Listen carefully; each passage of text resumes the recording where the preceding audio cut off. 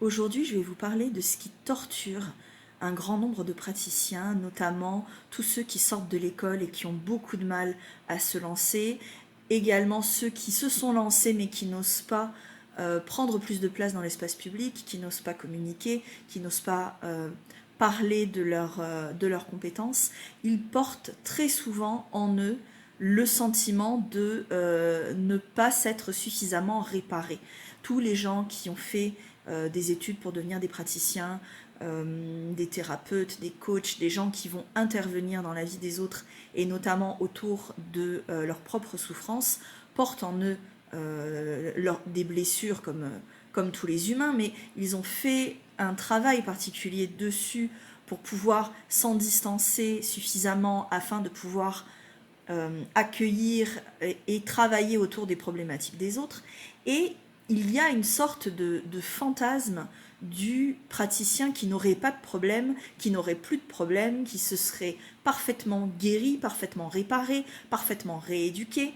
Et tant qu'ils ne se sentent pas suffisamment lisses, suffisamment propres, suffisamment réparés, eh bien, ils ont l'impression d'être illégitimes pour parler de processus d'émancipation, de processus de guérison, de processus d'éducation, et ils n'osent pas. Ils n'osent pas se lancer, ils n'osent pas prendre la place, ils n'osent pas prendre la parole, ils n'osent pas se mettre en avant.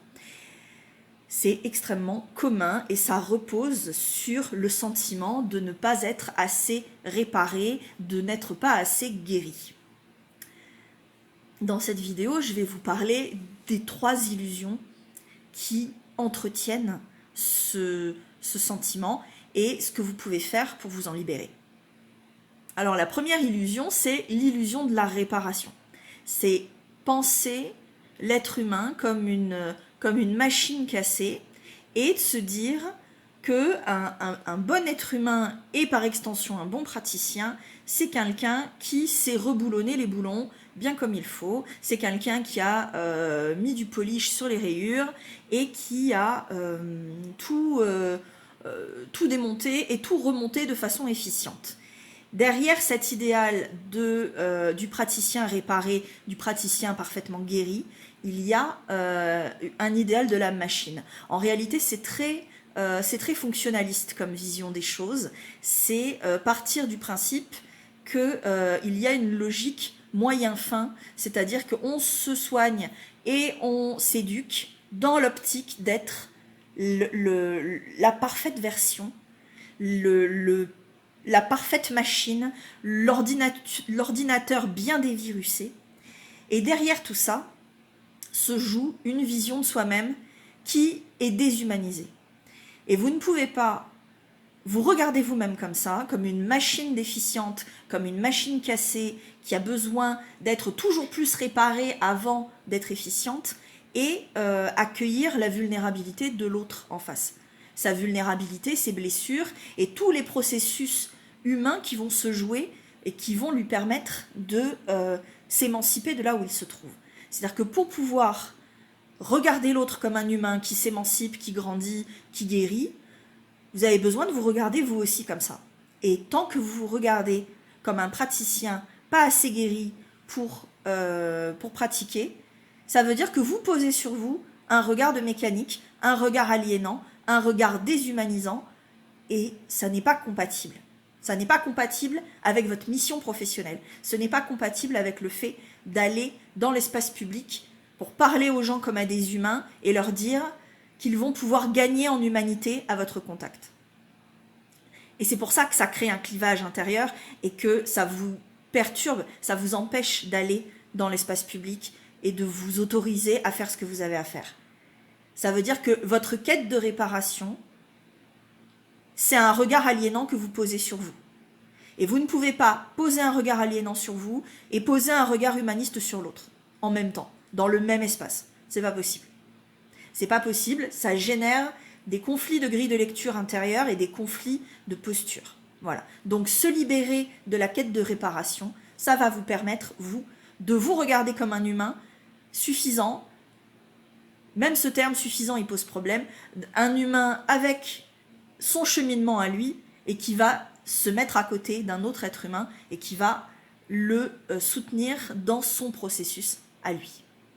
Une autre illusion qui vous empêche de prendre votre place en ayant le sentiment que vous n'êtes pas assez réparé, c'est l'illusion du modèle à suivre. C'est croire qu'en tant que praticien, on représente le bon modèle, on représente le bon cheminement, et donc qu'on a besoin de prouver en permanence qu'on est un bon modèle, qu'on est arrivé au bout du chemin, et donc qu'on sait précisément par où l'autre doit passer pour devenir nous.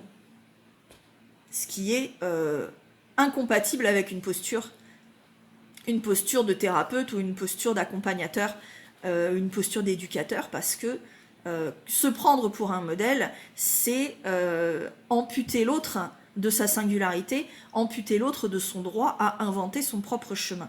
Donc, pour se libérer de cette illusion-là, que nous devrions être le parfait modèle à suivre et que nous ne le sommes pas et que c'est incompatible avec une place de praticien, il faut se libérer de l'illusion qu'il n'y a qu'un seul chemin à suivre et qu'en plus on serait le grand détenteur de ce savoir-là. Plus on va remettre en cause cette illusion de toute puissance que nous serions le parfait modèle à suivre, plus on va pouvoir se libérer de ça. Le problème de cette illusion de toute puissance-là, de se dire je dois être le parfait modèle à suivre, c'est qu'on n'est jamais à la hauteur de ça. Et donc, cette illusion de toute puissance nous renvoie notre impuissance à la figure, notre impuissance à être le parfait modèle, notre impuissance à être parfaitement représentatif de ce qu'est la bonne vie et le bon modèle sociétal et l'image absolue de l'épanouissement de soi. Si vous essayez de ressembler à ça, vous sentirez perpétuellement illégitime. Donc vous avez besoin, pour pouvoir prendre votre place, de renoncer à la croyance que vous êtes là pour être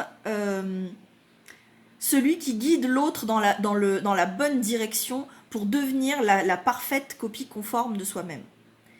Il y a énormément de gens qui pensent ça, qui sont là à me dire mais moi j'ai pas la vie parfaite, j'ai pas j'ai des problèmes de confiance en moi, pourquoi est-ce que je me permettrais de dire aux autres comment ils doivent faire pour aller mieux? Mais parce que ça marche pas comme ça en fait.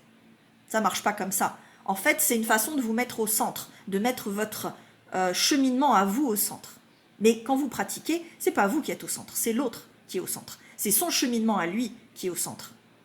Donc, le fait de vous positionner en guide dans votre propre tête, ça va vous entraver, ça va vous empêcher de faire ce que vous avez à faire. Et la troisième illusion, elle découle directement de la deuxième, c'est de se mettre au centre des choses. C'est de partir du principe qu'on est là pour jouer sa personne. Et donc, comme on pense qu'on n'est pas assez bien, on ne peut pas aller dans l'espace public. Mais le problème, c'est qu'on n'est pas là pour jouer sa personne, on est là pour jouer sa posture, et on adopte une posture qui se fait creuse pour accueillir l'autre, son cheminement, sa parole, ses angoisses, ses considérations, ses façons de se projeter dans le monde. Et donc, tous les regards que vous portez sur vous-même en vous disant « je ne suis pas assez bien pour faire ça, je ne suis pas assez réparé, je ne suis pas assez guéri, je ne suis pas un assez bon modèle », tout ça, c'est des considérations qui sont auto-centrées et qui, en réalité, n'ont rien à faire là.